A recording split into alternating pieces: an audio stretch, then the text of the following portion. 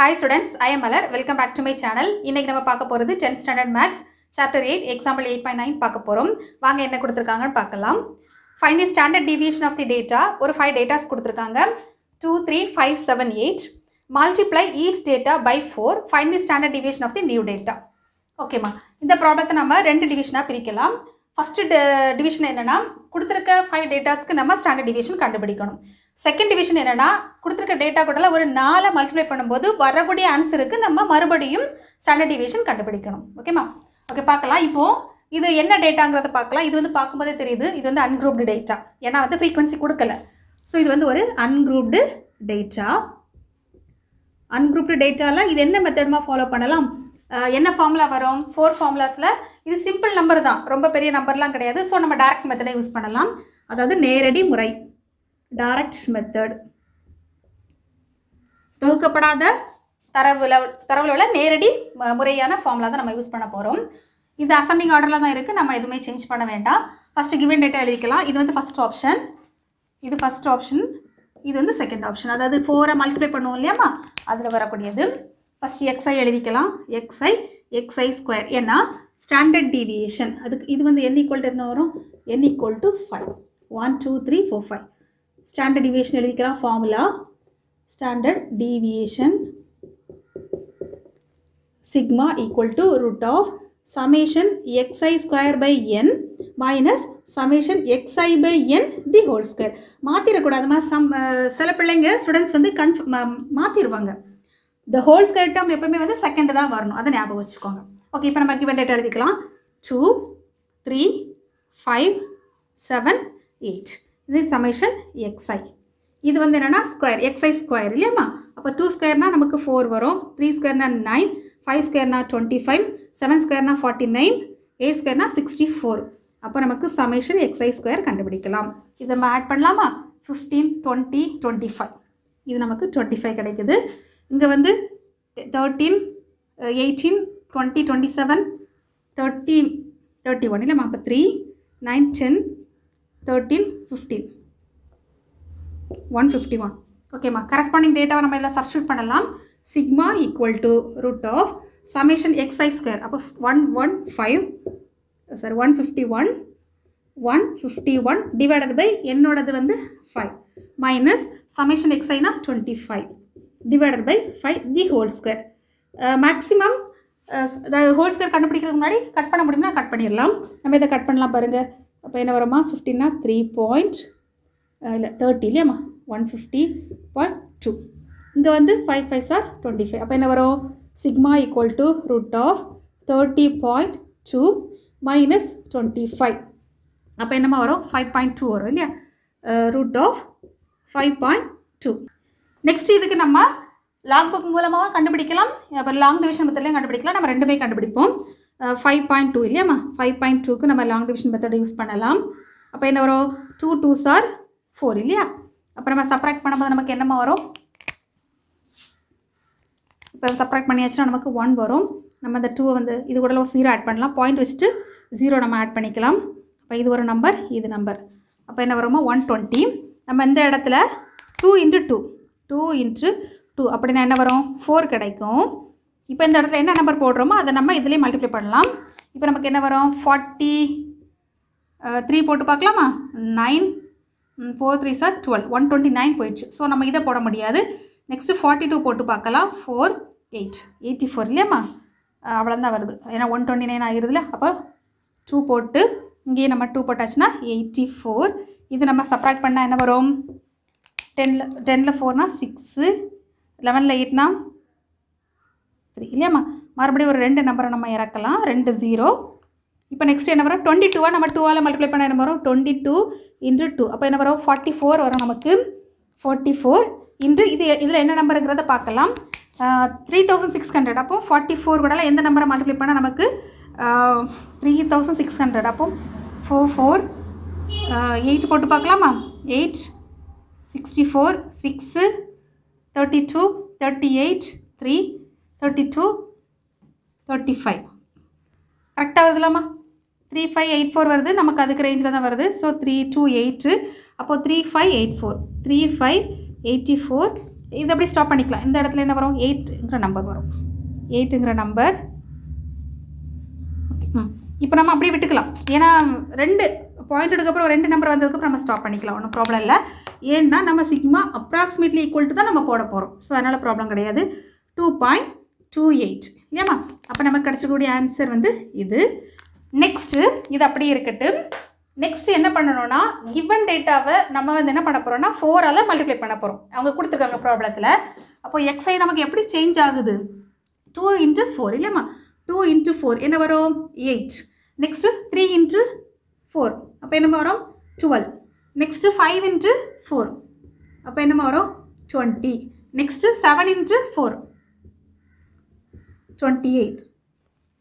8 × 4 = 32. இப்போ நம்ம இந்த இடத்துல சிம்பிளிஃபை பண்ணலாம். இது வந்து xi ஸ்கொயர் இல்லையாம்மா? அப்போது 8 ஸ்கொயர்னா 64, 12 ஸ்கொயர்னா 144, 20னா 400, 20னா 400. நெக்ஸ்ட்டு 28 ஸ்கொயர் போட்டு பார்க்கலாமா? 28 ஸ்கொயர்னா 28 4 4 6 22 4 784 இல்லையாம்மா? 784 சைடில் போட்டு பார்த்துக்கோங்க. நெக்ஸ்ட்டு 32 அப்போ 4 6 6 9 4 12 நெக்ஸ்ட்டு 10 24 சரியாம்மா? 10 24. நமக்கு டவுட்னா போட்டு பார்க்குற தப்பு கிடையாது, கரெக்டாக போடணும், தப்பாக தான் போட்டுறக்கூடாது. நெக்ஸ்ட்டு சமேஷன் xi என்னன்னு பார்க்கலாமா? 10 20க்கு 0 ரிமைனிங் 2 5 7 10 அப்போ 100 வரும் நமக்கு. இங்கே சமேஷன் xi ஸ்கொயர் பார்க்கலாம். என்ன வரும், 8 16க்கு 6 ரிமைனிங் 1 3 11 15 20 21 ரிமைனிங் 2 9 10 13 14 ரிமைனிங் 1 2 4 1 6 சரிம்மா? அப்படியே இருக்கட்டும். நம்ம ஸ்டாண்டர்ட் டிவியேஷன் ஃபார்முலா எழுதலாம். ஸ்டாண்டர்ட் டிவியேஷன் எதுக்கான ஃபார்முலா, டைரக்ட் மெத்தடுக்கான ஸ்டாண்டர்ட் டிவியேஷன் ஃபார்முலா. அதே ஃபார்முலா தான் நமக்கு வரும், மாற்றம் கிடையாது. Summation xi square by n minus summation xi by n the whole square. இப்போ நம்ம இதில் சப்ஸ்டியூட் பண்ணலாம்.